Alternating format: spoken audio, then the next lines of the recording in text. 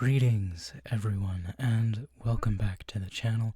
Today I wanted to do a relatively quick recap of the first round of the 2025 NBA playoffs, because I think there is a lot of interesting things to talk about there, including where I went wrong in my predictions from a few weeks back. So we're going to start over here on the left with the West, and then move to the East. So in the West, we had the Thunder going 4-0 against the Grizzlies, and the Nuggets winning in 7 games against the Clippers. Now, in my original predictions, of course, I had the Sacramento Kings as the 8th seed, but I did have the Thunder going 4-0. And I think that was probably what everyone had in their brackets. I don't think there was a single person. Well, I don't want to be facetious, of course. There are definitely people out there who thought the upset could have happened. And to be fair to the Grizzlies, I think in games 3 and 4, they really did put up a fair fight. And maybe could have snuck one away.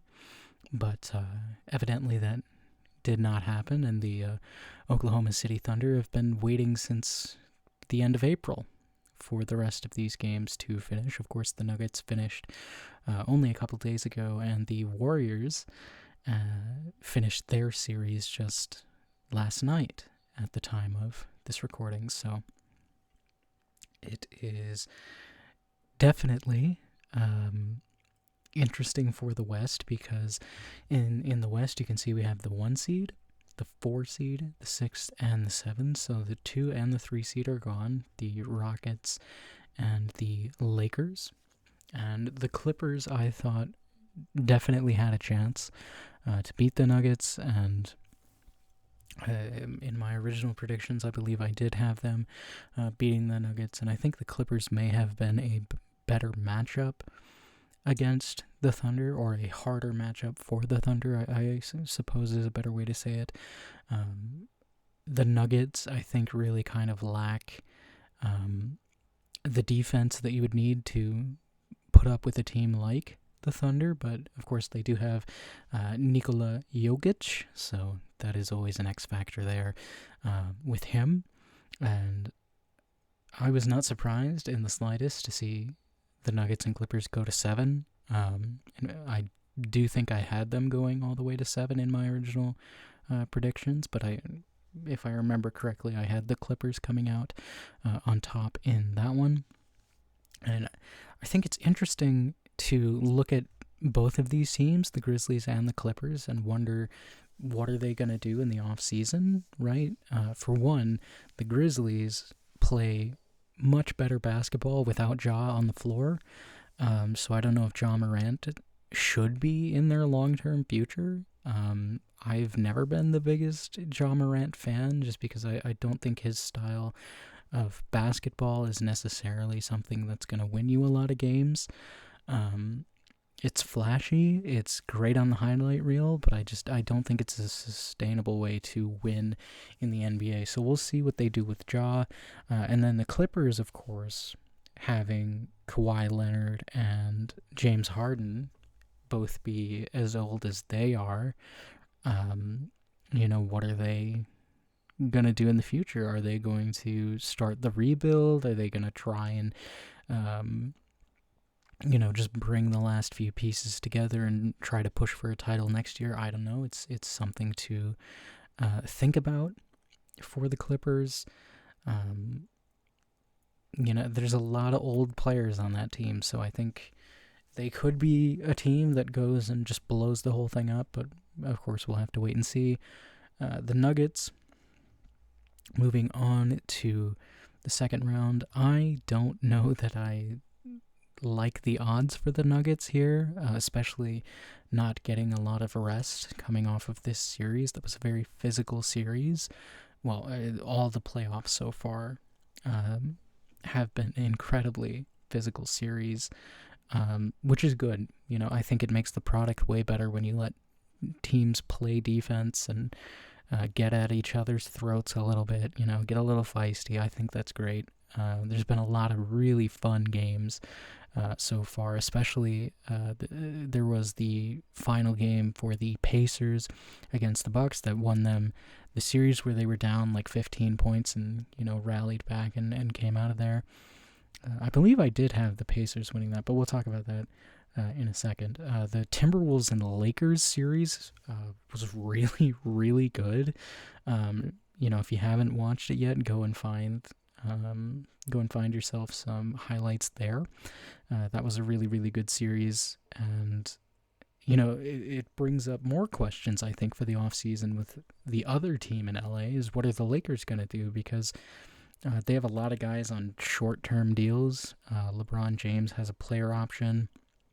Luka Doncic hasn't signed an extension yet. Of course, I'm sure they're working to go and extend him, but I'm going to be a little bit honest, and I'm going to say that I kind of understand the methodology behind the trade after watching this series, just because Luka is an absolute cone defensively, like just a net negative defensively, and he's not in as good a shape as you would probably like him to be. I think there were definitely times where it seemed like he, opted out of certain possessions to just kind of, rest and recuperate a little bit. So I thought that was pretty interesting that we sort of saw the inside look as to why the Mavs traded Luka. Now, I don't think it necessarily justifies the trade, but I do understand the methodology, and I don't think the methodology is necessarily the worst we've ever seen. Could they have got more for him? Absolutely. But I can understand where the questions come from with Luka, where it's like, if this is you at your best, how long is this really sustainable? If you're not putting in the work to, be in shape and to play both ways, and, how long is that going to last realistically? Now, I do think, specifically because Luka is now teammates with LeBron, and LeBron James has had such longevity and spends so much time investing in his body and his conditioning and, all of that. I think it could not possibly be a better place for a guy like Luka to go if he wants to have that kind of career jump, to just, have the longevity and stick around in the league for much longer than maybe he would have otherwise if he continued the way that he's been going now. Because, you've seen in this series so many times where it looks like Luka is playing hurt, and that's a conditioning thing. That's a work ethic thing. So I think there are definitely questions there with Luka, and where I have questions the most is why the hell do the Lakers think Austin Reeves is a franchise guy? I mean, I'll come out and say that I don't watch a lot of Lakers games, right? Because I don't care to hear the drivel that comes with the territory of watching a Lakers game, and just having to hear the constant need to just talk about LeBron and bring up nauseating GOAT debates and whatever else. I don't have anything against LeBron. I just don't want to hear any more about him. I've watched LeBron play basketball nearly my entire life.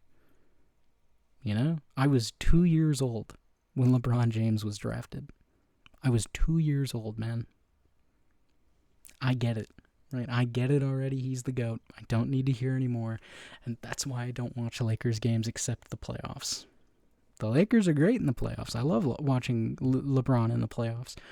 I can't take much more of Stephen A. Smith, But, that's a little tangent. And then the Timberwolves... I think the Timberwolves could be a much better team than they are, right? When I watch the Timberwolves play, I feel like they're playing like some of the stupidest basketball players I've ever seen in my life, and somehow winning, right? Like, I feel like I've never seen a team that makes more mistakes and, stupid decisions and bad turnovers and low effort at times, and I just feel like this team could be like a 70-win team if they actually just locked in. But then you watch them and you're like, oh, this is why they lose to shit like the Wizards, because they're a very, I don't know if undisciplined is the right word to describe the Timberwolves, but it feels that way for sure. It feels like they're an undisciplined team and they're just kind of fucking around, right? Like, I don't know. It's just the Timberwolves are a weird team. Anthony Edwards is very fun to watch. Everyone else on that team, I don't know if I'd go so far as to say that.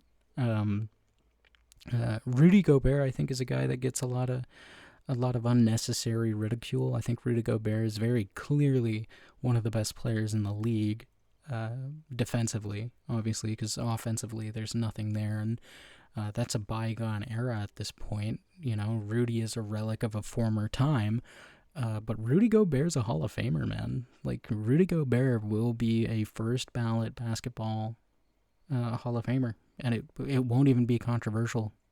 It just won't.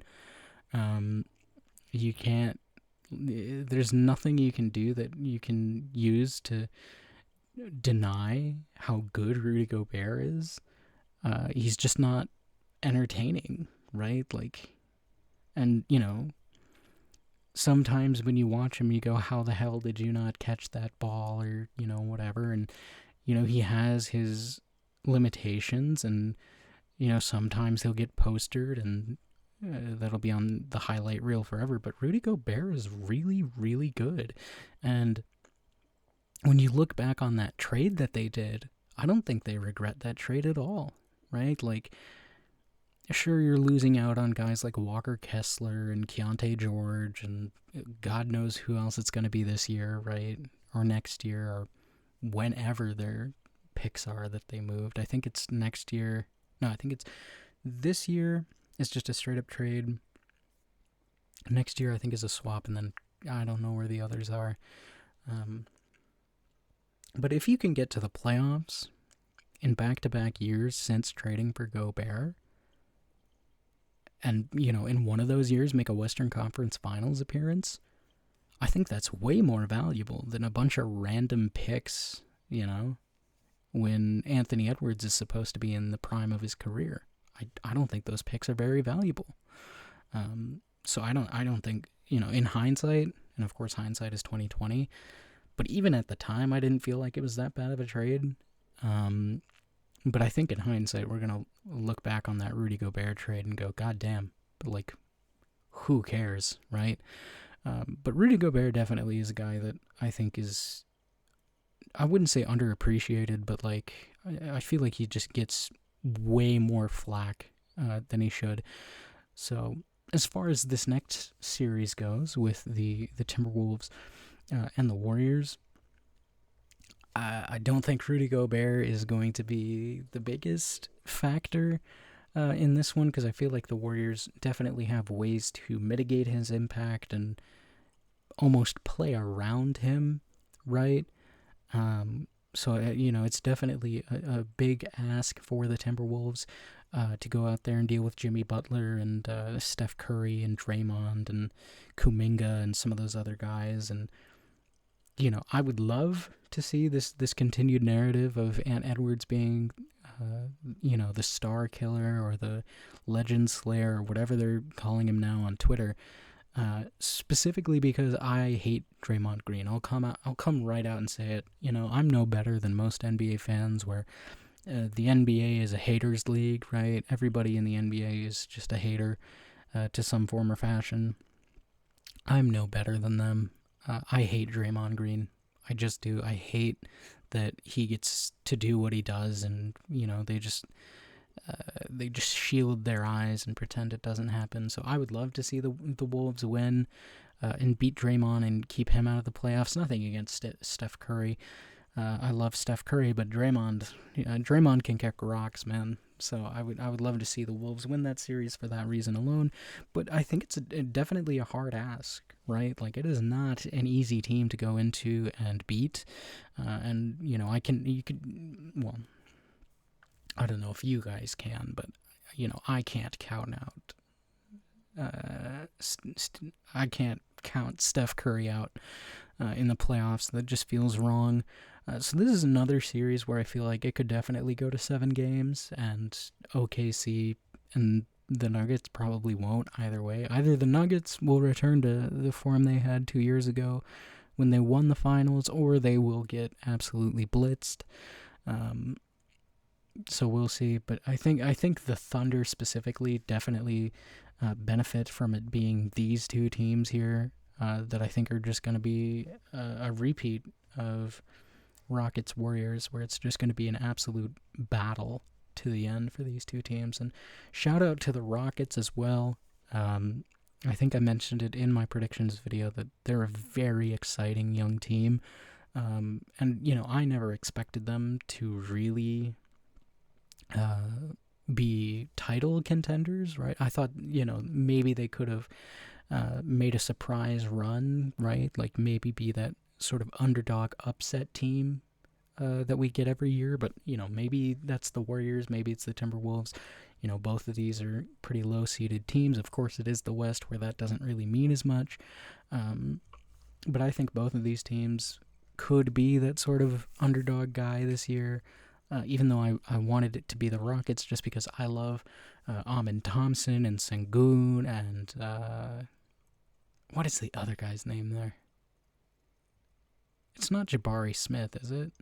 I don't know. But I love the Thompson twins. So I would have loved to see the Rockets make it further in the tournament. But, they played their hearts out. They really made an effort. They tried to get out there and go and get a win, a series win, that is. But just fell a little bit short. So maybe next year is the year for the Rockets. I'm interested to see what they do in the offseason. How they go out and improve. And they definitely need some veteran leadership, I think. How they're going to do that, I don't know, but I think that would be pretty substantial for the Rockets' continued success and to see them in the playoffs more and more. Maybe they need to go out and have their own version of the Rudy Gobert trade where they just get, a veteran that's hugely impactful that just gives them more and more playoff experience, because that's what we've seen with the Timberwolves, where it's like you have the one guy that comes in and immediately you're back to back to back in the playoffs. You're getting experience, you're working your way up that ladder. So I think that would be a move that the Rockets could go and do. I don't know who that leader is. Maybe it's like a Kevin Durant, possibly maybe a Bam Adebayo or something like that, but I think that would be good for the Rockets to go and get. So that is about all I have to say for the Western Conference. Let's move now over to the Eastern Conference. Up here we have the Cavaliers and the Heat. Just like in the West, my 8th seed was wrong. I had the 8th seed as the Orlando Magic. I had the 7 seed as the Atlanta Hawks. The Atlanta Hawks did not make it, evidently. And the Atlanta Hawks are probably a team that's just going to blow it all up at the end of the year, because I don't know what more they can do with Trae Young, and I don't think Trae Young really wants to be there. But either way, whoever made it to this, again, much like with the Thunder, I think was just going to lose to the Cavaliers regardless. The Cavaliers are a very, very good team. They got a lot going on over there that's working really well, going right for them. Donovan Mitchell is playing really well. Evan Mobley was just announced Defensive Player of the Year. Darius Garland's very good. They got DeAndre Hunter from Atlanta at the trade deadline, I believe, and he's played his role very well as well. Almost forgot about him until I went back and watched some of it last night. So, the Cavaliers are a good team. I would love to see them win the finals. I think that would be really good for the NBA to have, one of these teams that's, maybe from a smaller market. And we have a huge opportunity for that this year. In the West, it's 3 of 4, right? Over here, it's really only these two, right? Because this is New York and Boston over here, so... But, one of these smaller markets, even though I don't think markets matter as much in today's day and age and in the age of streaming, but I think it would have been horrible for the league if we had like Celtics Lakers in the finals. Oh lordy, I feel like that would have been absolutely terrible. Um, Honestly, that was probably the only matchup I didn't really want. Would have been Lakers and Celtics. I feel like I would have completely just skipped the finals if it was Lakers and Celtics. I wouldn't have watched. But if it's like the Pacers, if they go on a surprise run, like the weird thing to me about this year's playoffs is like I don't know who the rowdy underdog is this year. Is it the Pacers? Is it the Wolves? Is it the Warriors? And I know that's weird to say about the Warriors, but like every year it feels like we just have one of these gritty, knock your teeth out, we can beat anybody teams. Maybe this year that's just what the playoffs are outside of OKC, is just everyone's just really trying to get in and make their case. But I don't know. The Pacers winning over the Bucks, I believe I had in my last one, and that was a really hard series for me to pick. Just because I mentioned in that video I don't watch a lot of Pacers games either. I would if I could. Well, there are ways that I couldn't go and do it, but I don't really feel necessarily bothered enough to go and search out Pacers games. But if a Pacers game does make it to the national broadcast, I will tune in every now and again. But I think the Pacers are the team that I know the least about in this playoff bracket. I know they have Halliburton, and Halliburton's a very good player. That is probably the only person I can name on the Pacers, and I would love to see the Cavaliers make their way to the finals and win one without LeBron. I think that would be a very, very entertaining storyline, but I wouldn't be too upset, right? I wouldn't be too upset if the Pacers come out of this. They're up 1-0 right now. They won last night. I'm told it was an absolute thriller. I was busy, and I came back to watch the Warriors and Rockets instead when I got home, but I did not catch Pacers and Cavaliers last night. I will have to go and watch the highlights after I'm done with this, but I'm told it was a classic playoff game for them. Well, not for them, but just in general, I'm told it was a very good game. So I'll be sure to tune in for that. And hopefully we get more of that this series. I love when the playoffs are exciting and we're not, just getting a 4-0 sweep every series. Of course, we've only had the one so far, but I hope we've had two, actually. I just realized this was a 4-0, not 4-1. But the Pacers are a team that I really just don't know an awful lot about, so I'm still probably leaning Cavaliers to come back and take this series here. But if the Pacers come out to a 2-0 start, man, that might be crazy. That might be really entertaining to see. That would be probably more of a reason for me to start looking into the Pacers a little bit more. But I wish I had more to say about them. I really do. I've come unprepared for this, and I apologize for that. But in the other game, in the East with the Knicks and Celtics, the Knicks was honestly surprising to me. I fully expected them to just fold in the playoffs, but they had a lot of key moments from guys like Josh Hart. I don't know why I called him Joe. Karl Anthony Towns. Jalen Brunson is playing like one of the best players in this entire playoffs. I'm trying to remember the name of that other guy. OG Anunoby, that's his name. I don't know why his name there got stuck in my throat a little bit, but OG Anunoby, who they traded for last year, I think, at the deadline, is also playing very, very well, so good for him.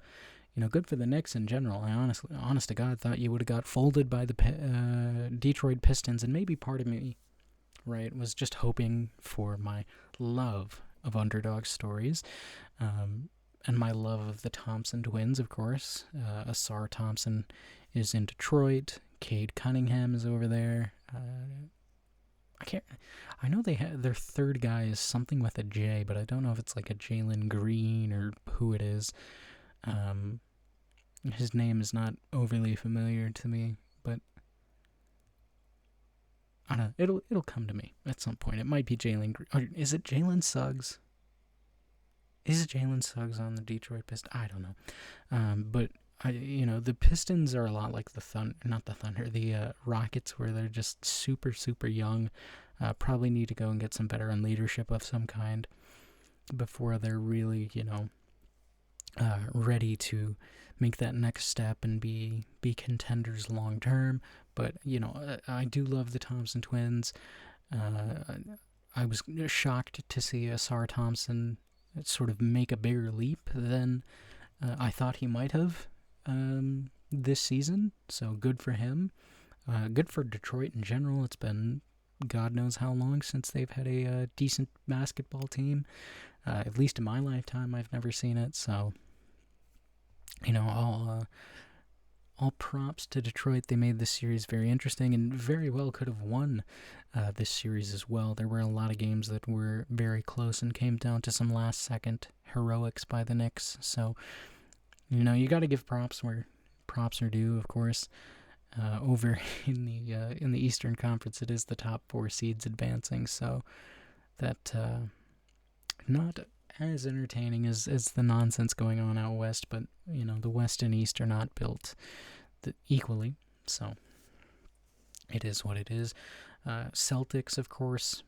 The Celtics kind of struggled at points, I felt, against the Magic, and that was really interesting.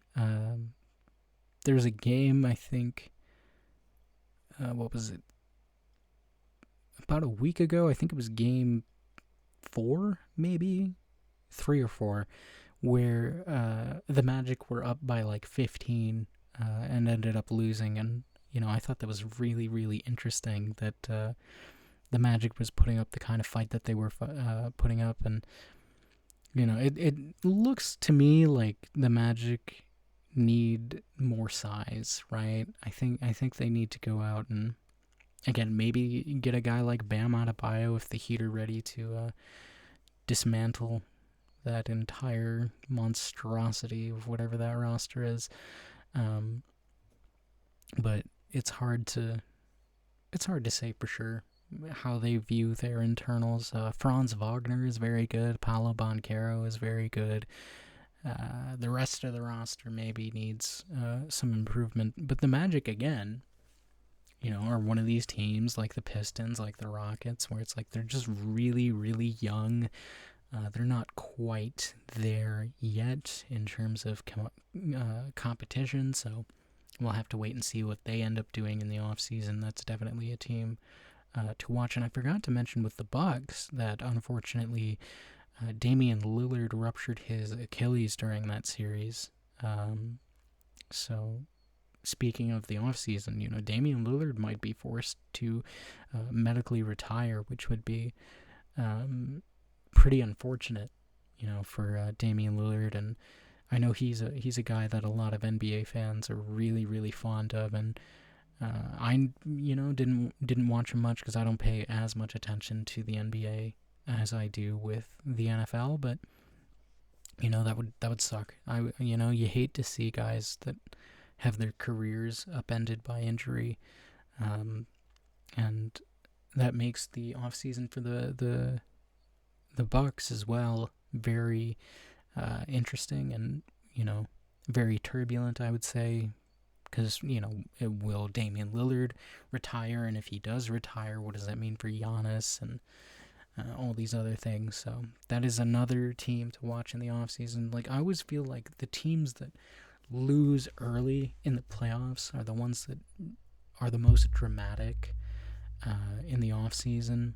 Of course, last year we had the Thunder that went out and they got Isaiah Hartenstein, and they made a whole bunch of moves to try and make their roster better, and evidently it's been working, so we'll see if that continues. And we'll see if one of these teams like the Magic or the Bucks or the Rockets or the Clippers or the Grizzlies or the Lakers go out and make some kind of big time move. But as far as Knicks Celtics go, this series did not go very well last year. A lot of that was due to the Knicks being as injured as they were. To my knowledge, they are not nearly as burdened this year, so maybe they'll be a surprise candidate to be in the Eastern Conference Finals. Maybe we get Knicks Pacers. Wouldn't that be a treat? But as far as this series go, I think this is a series that definitely won't be, a 4-1 or 4-0. I think this could be another series that goes all the way to 7 games. I think that would be very entertaining just because I'm a big Karl Anthony Towns fan and I would love to see more of him. Loved him coming out of Kentucky, and his career hasn't had the kind of success that I was hoping to see from him at the NFL, not the NBA level. Sorry. So I would love to see more success for Karl Anthony Towns. I was kind of shocked that he didn't ask for a trade while he was in Minnesota when they were losing all the time, and I think of the 9 years that he was in Minnesota, they made the playoffs 3 of those times, I think. Something like that, and that just sounds, that doesn't sound like the most amazing way to spend an NBA career, but, maybe the Knicks will go and win it all. It's hard to really tell, but this is where we stand entering round 2. Of course, round 2 began last night as well as we watched the Warriors win, but there will be more games tonight. And there will be more games tomorrow and going on until the end of next week. Should, of course, we get some Game 7s.